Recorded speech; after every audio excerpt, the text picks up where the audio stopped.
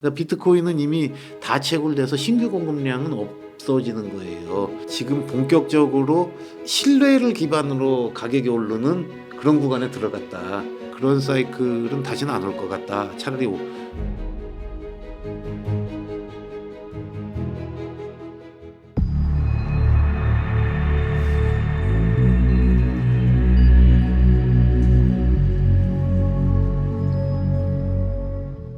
요즘에 또 사기가 어렵다고 하시는 분들이 예. 김프 때문인데요. 예, 예. 김프가 막 한 3, 4%였다가 지금 막 7, 8%까지도 나오니까 예, 예, 사람들이 놀라서 예. 이거 사는 게 맞냐 이렇게 하는데 이럴 때도 사야 되는 건가요? 이게 두 가지 측면인데요. 네. 그 외국 사람들보다 비싸게 사는 거잖아요. 그러니까요. 그리고 국내 거래소마다도 가격이 다 달라요. 네. 그리고 또 하나는 김프는 역사적으로 항상 보면은 강세장의 증거였어요. 왜냐면 우리나라 투자자분들이 굉장히 어떻게 보면은 이 흐름을 잘 읽고 어떻게 보면 좀 투기적이라고 얘기하듯이 네. 좀 이렇게 리스크를 갖다 테이킹하는 면이 굉장히 강해요. 그래서 비트코인의 가치도 알고 또 뭐 이렇게 리스크 테이킹도 하고 그러는데 또 한편으로는 이게 우리나라가 그 규제가 많고 그러다 보니까 자본의 자들은 이동도 어렵고 그러다 보니까 일종의 가두리가 된 거거든요. 그래갖고 만일 꺼질 때가 되면 이제 손해를 보는데 네. 그 김프가 오기 전에 이제 강세의 증거는 뭐였냐면은 그 김프보다 미국의 코인베이스 프리미엄이 네. 한동안 더 컸었거든요. 어. 그게 이제 코인베이스 프리미엄은 바이낸스 대비 코인베이스의 그건데 이건 기관들의 미국 기관들의 수요다 뭐 이런 얘기가 있었습니다. 왜냐하면 코인베이스 프리미엄이 바이낸스보다 높다 이거였기 때문에 예. 그래서 그래도 뭐 살 방법이 그거밖에 없으니까 일반인들은 예. 예. 네, 그렇게 해서 예. 가야 되는 거고. 그러니까 언제는 또 이제 진짜 막 2억, 3억 이렇게 되면은 김프 또 막 10%, 15% 이렇게도 된다고 하시더라고요. 그런 걸 네. 예상하시더라고요. 가격이 많이 오를 때마다 그게 닫혀 있기 때문에 예. 열려 있으면은 이 아비트리지를 통해 가지고 금방금방 정리가 될 텐데 이제 그게 안 되니까 네. 자본 이동이 어려워서 생기는 일입니다. 예. 네. 혹시 그 대표님께서도 온체인 데이터를 즐겨 보시는지, 그리고 즐겨 보신다고 하면 좀 주목하고 있는 요즘 온체인 데이터가 있는지 궁금합니다. 제가 그 온체인 데이터를 이렇게 그 스스로 분석해서 보진 못하고요. 네. 뭐 예컨대 그 거래소 보유량이라든지 아니면 뭐 거래 보유량이라든지 네. 이런 거는 뭐 글래스노드나 뭐 크립토컨트 이런 데서 지속적으로 그 뭐 트위터나 이런 SNS에 공개를 해요. 그럼 그런 거 정도 많이 이렇게 참고를 갖다 하고 있고요. 이제 전문가분들은 그 개별적인 거래의 움직임까지 네. 다 보는데 이제 저는 그런 전문가는 아니라서 이제 다른 분들이 보고서 이렇게 올려준 걸 보고 이제 의미 파악 정도를 하고 그 개인들이 이제 온체인 데이터를 갖다 보는 이유는 뭐냐면은 그 매매 타이밍을 갖다 정하기 위해서 보는 거거든요. 예, 근데 매매 타이밍을 갖다 이렇게 정하는 건데 왜냐면 이게 뭐 과열됐느니 뭐 이런 거니까 그러니까 차트 매매를 하시거나 근데 저는 아까도 말씀드렸다시피 그 저는 이제 프로 투자자들을 대상으로 조언을 해줄 만한 입장은 못 되는 거고 이제 비트코인이라는 게 굉장히 좋으니까 그 우리 일반인들이 이걸 꾸준히 사서 저축의 수단으로 삼고 위기에 대비해라 이제 이런 마음으로 계속해서 말씀을 드리는 건데 그래서 이제 저는 이제 온체인 데이터보다 그 저희가 만들어 놓은 반감기표가 하나 있거든요. 예. 이 반감기표를 갖다가 그 한번 이렇게 보시면서 이 얼마나 이게 비트코인이라는 게 대단한 건가 이걸 한번 그 판단해 보시면 좋을 것 같아요. 네. 지금 이 표에 보면은 그 2024년 이제 다음 달이 됩니다. 네. 다음 달이 되면 이제 5차 채굴기에 들어가거든요. 이제 첫 반감기가 12년, 16년, 20년, 24년 이렇게 네 번째 오는 거니까. 근데 그때가 되면은 그러니까 2024년 4월이 되면은 그 네 번째 반감기가 끝나고 다섯 번째 반감기가 시작되는 거예요. 그러면은 그때까지 채굴된 비트코인 총량이 93.75%입니다.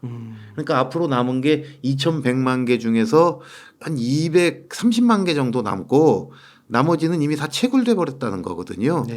230만 개가 아니라 130만 개 정도 나오는 겁니다. 이 4차 반감기가 끝나면 그 1968만 7,500개가 다 채굴이 돼요. 와. 그리고 이번 반감기가 끝나면은 이번 반감기가 그 10분당 3.125개를 주거든요. 네.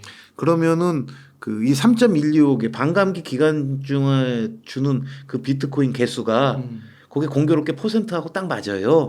그래갖고 93.75에다 3.125를 갖다 더하면 96.88%가 됩니다. 그러면 몇 프로가 남으냐면 한 30%만 남는 거잖아요. 네. 그러니까 비트코인은 지금 거의 다 나왔다고 생각하면 됩니다. 2040년 채굴기가 끝나면 99.80%가 다 채굴이 되는 거거든요. 와. 그래서 2140년이 되면 다 채굴된다 하지만은 실질적으로는 앞으로 20년 내에 네. 모든 양이 다 채굴되고 나머지는 극히 미량만 나오게 되거든요. 네. 그러니까 비트코인은 이미 다 채굴돼서 신규 공급량은 없어지는 거예요. 이게 이제 아직 많이 남은 것 같지만 지금 하루에 채굴되는 게 10분에 6.25개씩해서 900개가 채굴이 되거든요. 네. 근데 지금 저기 비트코인 ETF로 들어오는 게 어떨 때는 IBT 저기 블랙록 IBT에 5억 달러씩 들어와요. 네. 5억 달러면은 5억 달러면 5만 달러일 땐 계산하기가 쉬웠는데 몇 개입니까? 10,000개 아닙니까? 10,000개. 하루 채굴되는 게 900개인데 네. 이렇게 신규 수요로 ETF를 갖다 통해서 하루에 10,000개 수요가 있는 거예요. 5억 달러면 그러니까 지금은 한 7만 달러라고 생각하면은 더 있는 7749니까 7,000개가 있는 거죠. 와. 그러니까 하루 900개가 공급되는데 7,000개의 수요가 있는 거거든요. 와, 엄청나네요. 그럼 이게 가격이 오를 수밖에 없겠네. 수요와 공급이 맞으려면 어떻게 되겠습니까? 가격을 올릴 수밖에 올릴 수밖에 없죠. 없는 거죠. 올려가지고 수요를 줄일 수밖에 없는 거예요. 900개까지 맞추려고. 근데 이게 좀 있으면 3.25개로 줄어들거든요. 네. 그러니까 이게 그 진짜 비트코인은 과거의 가격을 보면 안 됩니다. 과거의 가격을 보면 안 되고 제가 자꾸 좋은 돈이라고 말씀을 드리는데 이게 좋은 돈으로서 과연 작동할 수 있는 건지 좋은 돈으로서 그 살아남을 건지 그리고 이 좋은 돈으로서 살아남는다면은 사람들이 이걸 어떻게 할 건지 네. 그렇다면은 미래는 어떻게 될 건지 해야지 비트코인의 진짜 가격을 알 수가 있는 건데 그게 야 얼마 전까지 얼마였는데 이게 얼마까지 올랐어 이렇게 생각하면은 비트코인의 진면목을 못 보고 미래 가치를 갖다가 확인하지 못하면은 항상 투자하면서 그 두려워하게 되거든요. 그래서 제가 아까 말씀드렸다시피 그 하루에 공급되는 양이 얼마나 적은가. 이거 진짜 이제 900개인데 이제 4월 20일경이 되면은 450개로 줄어드는 거죠. 줄어드는 거. 그리고 그 캐시우드가 얘기할 때 기관 참여 아직 시작도 안 했다고 아까 말씀드렸잖아요. 맞아요. 네, 그러면 거기 또 살려고 할 거 아닙니까? 네. 그러면 그런 수요. 그럼 거기서 수요 들고 지금 그리고 여러분 엘살바도르가 그 비트코인 구매해 갖고 지금 뭐 엄청난 이득을 보고 있다 이런 뉴스 자꾸 나오잖아요. 맞아요. 그러면 조그만 나라 대통령이든 어디든 다른 나라는 하고 싶어 하겠죠. 하고 싶어 하겠죠. 네. 그러니까 이건 너무 당연한 겁니다. 포모를 개인만 느끼는 게 아니라요. 중앙은행하고 국가도 느낄 수가 있어요. 이게 진짜 옛날에 그 막 근대가 시작하고 현대사회가 시작하고 그럴 때 그 금이 그 기축 어떤 리저브 머니로 작용하면서 금이 곧 국력이 있던 시대가 있거든요. 네. 네. 금이 국력이었던 시대가 있는데 이제 비트코인이 국력인 시대가 올 수도 있는 겁니다. 저는 온다고 보고요. 왜냐하면 금처럼 금의 가치를 갖다 뛰어넘는다고 하면은 그러면은 그 금이 그 리저브 머니가 된다는 건 뭐냐면 뭐 원화나 달러가 없어지는 게 아니라 네. 이게 가장 좋은 그 원화나 달러를 가치를 지탱해 주는 리저브 머니가 되는 거거든요. 네. 그러니까 옛날에 그 영국이 금을 많이 갖고 있을 때는 영국의 파운드화의 가치가 높아지고 네. 왜냐하면 파운드화를 내가 저기 금으로 바꿔줘 이랬기 때문에 그런 거거든요. 그 전 세계에서 돈을 벌고 뭐 식민지 갖고 그러면 다 금으로 바꿔가지고 쟁겨놨었거든요. 그게 곧 국력이었고 그게 있다 보니까 다른 나라들이 파운드화를 얻기 위해서 또 경쟁하고 네덜란드 길드화를 얻기 위해서 경쟁해서 네덜란드가 기축통화국이 돼서 세계를 제패했었고 이런 게 계속 반복이 되는 거거든요. 그렇기 때문에 만일 그리고 지금은 이제 달러가 이제 대장이었고 네. 그러니까 근본 화폐에서 금을 밀어넣고 그 레이어원 화폐로 네. 가장 핵심적인 화폐로 달러가 됐다가 그 부분이 비트코인으로 대체된다면 네. 그러면 뭐 1,000만 달러 이상 간다는 거죠. 아, 근데 그거는 가냐 안 가냐는 여러분들이 한번 판단을 해보셔야 됩니다. 예. 근데 저는 이 디지털 시대에 없어지지 않는 돈 그리고 요즘처럼 그 미국이 막 10년마다 막 10배 이상씩 이렇게 돈을 더 찍어내는 지금 2004년에 2008년에 1조 달러에서 4조 달러 된 게 지금 이제 뭐 9조 달러 됐거든요. 네. 이런 식으로 그 돈을 갖다 찍어내는 상태에서는 그리고 그런 상태에서 각국 중앙은행들이 지금 금을 사고 있거든요. 네. 그 미국에서 그 금 ETF에서 돈이 빠져나가고 있어요. 그래서 금값이 많이 올랐는데 네. 금 ETF 규모가 한 1,000억 달러 정도 되다가 음. 한 960달러 정도로 줄었거든요. 네. 근데도 금값은 올라요. 음. 자본시장에서 돈이 빠져나가는데 금값은 오른다. 어. 중앙은행들이 사고 있는 걸로 보여지는 거죠. 아. 그리고 꼭 중앙은행이 아니더라도 그 지금 달러나 뭐 엔화, 위안화 그리고 중국도 최근에 어떤 금융 완화 정책 피겠다고 하니까 그 정부 발행 화폐의 가치가 떨어질 걸로 생각하는 사람들이 뭔가 가치를 갖다 아. 보존할 수 있는 걸로 가는 거군요. 주식도 오르고 금도 오르고 비트코인도 오르고 아무튼 모든 것이 오르는 거는 그 예고된 금융 완화 정책 때문에 그렇다고 생각되는데 거기서 가장 큰 혜택을 받을 수 있는 게 그 디지털 골드인 금이다. 저는 그렇게 보고 있습니다. 아, 그렇군요. 야, 이게 이제 공급도 충격이고 지금 또 비트코인 ETF로 유입되는 그 유입량 예. 자금도 어마어마하다고 그러던데요. 그렇죠. 예. 그 순유입량은 그저께 영업일 기준으로요. 네. 저 미국 기준으로 100억 달러 조금 넘었어요. 네. 왜냐하면은 그 200 몇십억 달러가 들어왔는데 저기 GBTC 아. 그레이스케일 신탁위에서 이게 빠져나간 돈을 네. 빼고 나면은 이제 순수하게 들어온 게 그런 건데 그 블랙록의 IBTC만 해도 100억 달러가 넘게 들어왔거든요. 와. 근데 그 GBTC는 100 몇십억 엄청나게 빠져나갔는데도 불구하고 총 보유량은 똑같습니다. 비트코인 가격이 상승해가지고 아, 그래요? 한 50% 정도. 엄청 많이 갖고 있기도 했나 봐요. 네, 그래서 아직은 1등이에요. 근데 다른 9개 ETF 발행사들을 합친 총량이 이제 GBTC보다 많아졌어요. 야, 예, 그렇구나. 그러니까 굉장히 짧은 기간 내에 그렇고 그리고 이제 순수 유입량은 얘를 빼주었을 때 그렇지만은 이 총 그 합계량 자산 운용 규모는 그 560억 달러입니다. 네. 그러니까 금이 940억 달러고 금이 1,000억 달러가 되고 비슷한 수준을 유지하는데 그게 되는데 한 5년이 걸렸었거든요. 네. 그러니까 비트코인 ETF로 그 자금 유입이 들어오는 속도하고 이 성장하는 속도가 얼마나 빠르다는 게 지금 2달도 안 됐는데 와. 예, 증명되는 거죠. 예. 아, 그렇군요. 예. 그 가격이 이렇게 좀 급등을 하면서요. 예. 그 반감기 전후 패턴이 좀 빨라졌다. 예, 예. 라는 말이 있어가지고 보통은 뭐 내년 한 10월까지 예상하다가 뭐 내년 빠르면 내년 초에 끝날 것 같다. 그게 네. 그게 뭐냐면 이제 사이클이 네, 사이클이. 예전에는 그 3년 상승, 1년 하락 사이클이었습니다. 공교롭게 그 폭락 시기도 그 하락 시점에 그런 외부 변수도 터지고 네. 그러니까 뭐냐면 금지라든지 해킹이라든지 근데 그런 게 터졌을 때 급락하는 이유는 뭐냐면 그 전까지 워낙 또 많이 올랐기 때문에 그런 거거든요. 네.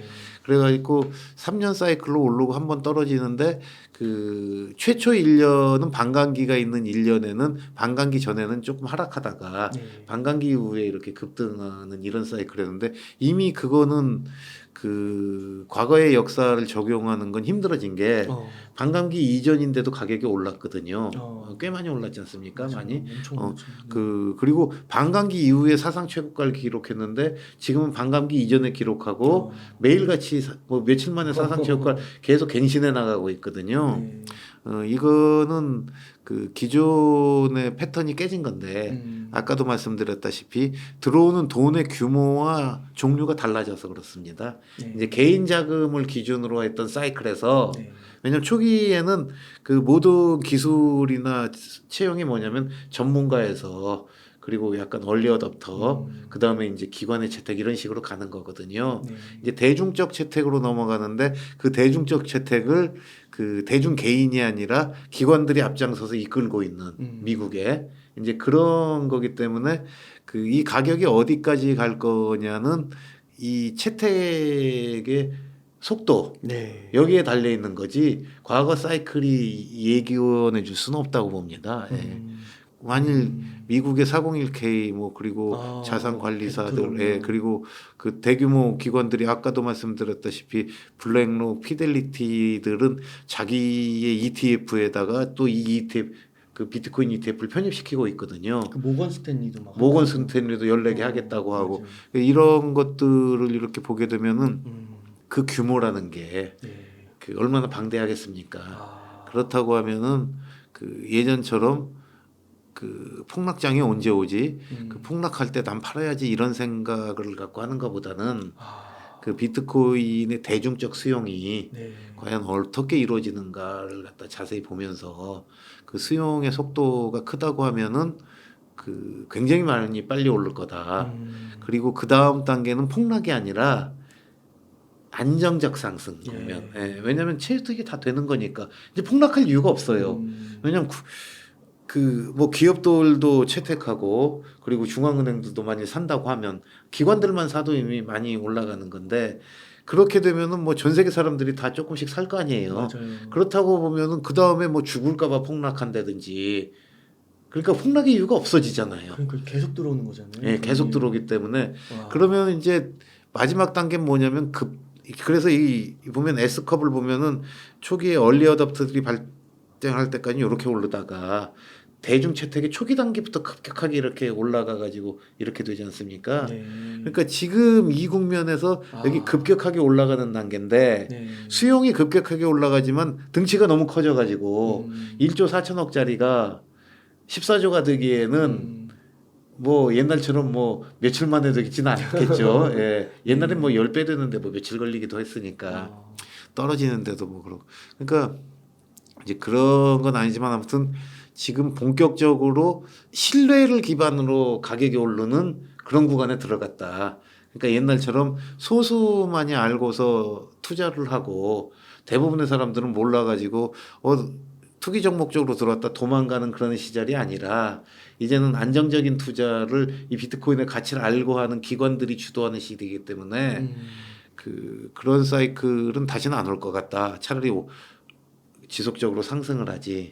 저는 그렇게 보고 있습니다. 예. 아, 그렇군요. 그러면은 대표님께서는 정리식 투자로 이제 비트코인을 매수하는 걸 말씀해 주셨는데 매도 계획은 혹시 없으신가요? 매도는 필요할 때 항상 해야죠. 아, 필요할 때. 예, 항상 필요할 때, 예, 항상 필요할 때 하는데 제가 말씀드렸다시피 그 일상생활을 갖다가 지키는데 예컨대 집 살 돈을 늘 들고 있는 건 아니잖아요. 그러니까 뭐 젊은 사람들이 내가 결혼해가지고 집도 마련하고 뭐 해야겠다 하는데 비트코인을 많이 들고 계셔. 네. 근데 특히 최근처럼 뭐 부동산 가격이 뭐 이렇게 안정세 지금은 또 아직 비싸다고 하지만 네. 뭐 의견이 엇갈리지만은 그래갖고 이건 내가 뭐 충분히 감당할 수 있다. 그러면은 이제 삶을 기준으로 생각하는 거지 이걸 계속해갖고 비트코인을 투자의 대상으로만 생각하게 되면은 그러면 팔 수 있는 시간이 없는 거죠. 계속 많이 상승을 한다고 하면. 네. 네, 그렇기 때문에 근데 그걸 만일 투자의 수단으로 생각하는 분들 중에 그런 말씀들을 하시는 분들이 계세요. 언제가 팔 시점이냐면 그 국가가 채택했을 때 그러면은 이제 다 올라간 거다. 그러면은 그때는 이제 자산으로서 그때 그래도 비트코인은 발행 개수가 한정됐기 때문에 경제의 성장에 따른 과실은 흡수한다. 네. 예, 그렇기 때문에 그 물가 상승률이라든지 경제의 성장률은 그러니까 우리 국민연금이 뭘 커버해 주듯이 네. 그 물가 상승률과 그 월급 상승률을 이렇게 보태가지고 이렇게 해마다 증액을 시켜주거든요. 네. 이런 걸 하듯이 비트코인이 아마 그 정도 이상 역할은 할 겁니다. 왜냐하면 발행량이 한정돼 있고 누구나 다 쓰는 가치 있는 자산이라고 하면 그러니까 저축의 수단으로서는 계속 갖고 있어도 되는 거예요.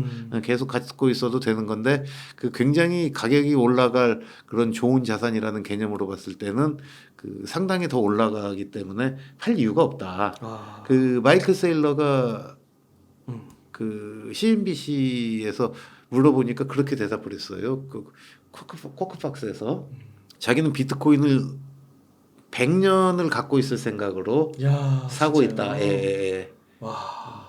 예. 근데 그 100년이란 말 속에 그게 함축적으로 한 가지를 얘기했지만 이제 제가 말씀드린 내용들이 다 들어가 있을 겁니다. 그리고 이제 비트코인이 여기까지 얘기가 뭐냐면 돈에 관한 얘기거든요. 여기까지가 돈에 관한 얘기고 그 비트코인 네트워크 위에서 그 디파이도 하고 뭐 여러 가지 활동을 하려는 그런 움직임들이 지금 많이 나타나고 있거든요. 이제 이런 움직임까지 만일 성공을 한다고 하면 네. 그 요런 것들은 뭐냐면 비트코인 비유를 들자면 인터넷 위에 있는 아마존이라든지 아니면 메타라든지 네. 뭐 그리고 페이스북 메타 그리고 또 뭐가 있죠? 뭐 많이 있죠. 구글이라든지 인터넷이라는 네트워크가 깔려 있고 거기에 많은 기업들이 있었잖아요. 네. 근데 비트코인은 돈일 뿐만이 아니라 한 가지 더 기능이 있어요. 그게 뭐냐면은 가치의 네트워크예요. 왜냐하면 프로토콜로서 작동이 되고 있잖아요. 네. 그렇기 때문에 가치의 네트워크 위에 비트코인 위에서 인터넷 위에서 일을 하던 것처럼 그런 걸 하려는 기업들이 많이 생기고 있거든요. 이들이 만약 성공을 한다고 하면은 우리는 인터넷을 소유하지 못하고 있는데 비트코인은 소유할 수가 있잖아요. 네. 그러면 이 기업들의 가치까지 반영이 되겠죠. 와, 엄청나겠네요.